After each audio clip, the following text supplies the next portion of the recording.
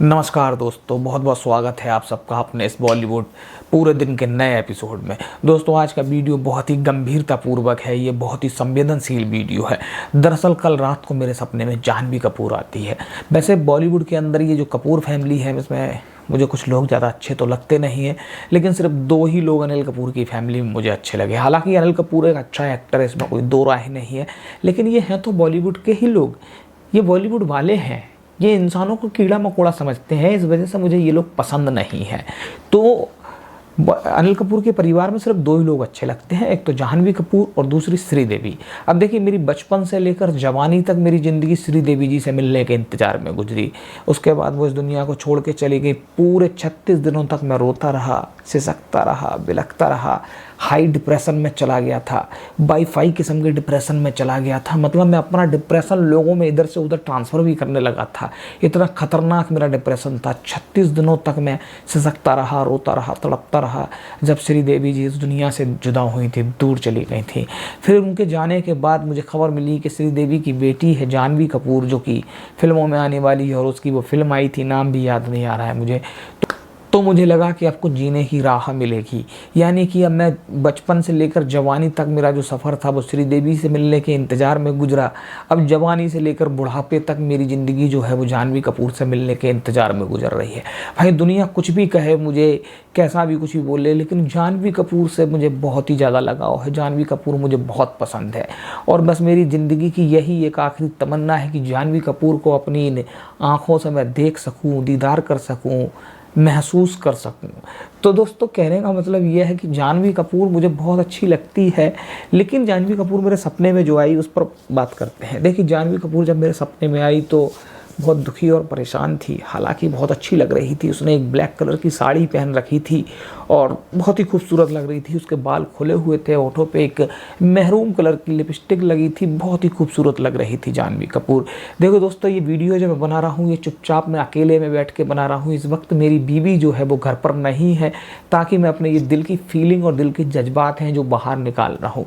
तो होता यह है कि जाह्नवी कपूर मेरे घर आती है, मुझसे मिलती है और बड़ा दुखी और परेशान सी होती है। मुझसे बोलती है कि मैं फिल्मों में कुछ चल नहीं पा रही हूँ, मेरा कुछ हो नहीं पा रहा है। तो वही मैंने जाह्नवी कपूर को कहा, जो कि मैं अक्सर लोगों से कहता हूँ, देखिए जाह्नवी कपूर हीरोइन बहुत अच्छी है, लुकिंग वाइज। एक्टिंग की बात नहीं करते हैं, जरूरी नहीं कि हर किसी में एक्टिंग ही चाहिए आपको। अब जाह्नवी कपूर में अगर एक्टिंग नहीं है तो बिना एक्टिंग के काम चला लो ना यार, और चला लो यार। देखो, जाह्नवी कपूर जो है वो मुझे बहुत पसंद है। तो जाह्नवी कपूर जब मेरे सपने में आई तो उसने कहा कि मैं चल नहीं पा रही हूँ। देखो, मैंने कहा सिंपल सी बात ये कि तुम्हारे पास जो स्क्रिप्ट आती है, बिल्कुल 2 कौड़ी की 3rd क्लास घटिया स्क्रिप्ट आती हैं। तुम्हारे पास जितने भी ये लोग फिल्मों के ऑफर लेके आते हैं, ये समझते ही नहीं है कि तुम चीज़ क्या हो, तुम कितनी ग्लैमर हो, तुम कितनी हॉट एंड सेक्सी हो, कितनी खूबसूरत, कितनी प्यारी लगती हो, और तुम्हें कैरेक्टर ऐसे दिए जाते हैं। वो गुंजन सक्स है ना, वो मिली, और वो एक और वो आई थी, वो क्या नाम था, मुझे तो पिक्चर का नाम भी याद नहीं है। वो बस्ता बस्ता टांग के वो फंस जाती है। मतलब ऐसी फिल्में आती हैं। तो मैंने जाह्नवी कपूर से कहा, देखो कि तुम्हारे हिसाब से अभी भी कोई पिक्चर यहाँ पर लिख कर नहीं ला रहा है तुम्हारे लिए। अगर तुम्हें अच्छा काम करना है तो वेट करो, स्क्रिप्ट का चुनाव करो, और तुम्हें एक ग्लैमर हो, एक सेक्सी हीरोइन हो, तो कैरेक्टर ऐसे ढूंढो जिसमें कुछ तड़का लग सके, जिसमें कुछ ऐसा हो कि मज़ा आए लोगों को। यानी कुछ ऐसा कैरेक्टर प्ले करो, एकदम खूबसूरत हसीन सी जो लड़की होती है और बहुत उसे मतलब अपने आप पर घमंड टाइप का होता है, कुछ ऐसे रोल प्ले करो। तो जाह्नवी कपूर हालांकि मेरे पास आई, बैठी, अब इतनी बड़ी हस्ती और मेरे सपने में आई, तो मैं तो ठहरा एक गरीब आदमी, अत गरीबी रेखा के नीचे जीवन यापन करने वाला मैं बहुत ही गरीब इंसान हूँ। तो मेरे घर पे कुछ था भी नहीं। तो मैंने बाहर से गया, मैं एक 10 रुपये का ब्रेड का पैकेट लाया, दूध घर पर रखा हुआ था, तो मैंने उसे दूध की चाय बनाई और 4-4 ब्रेड हम दोनों लोगों ने खाई। अब इससे पहले कि कुछ आगे और हमारा सपना बढ़ता, कुछ और बातें होती, कुछ और जज्बात एक दूसरे से मिलते, कि अचानक से मेरी बीवी ने मेरा ग्रेबान पकड़कर मुझे जगा दिया, मुझे हिला दिया।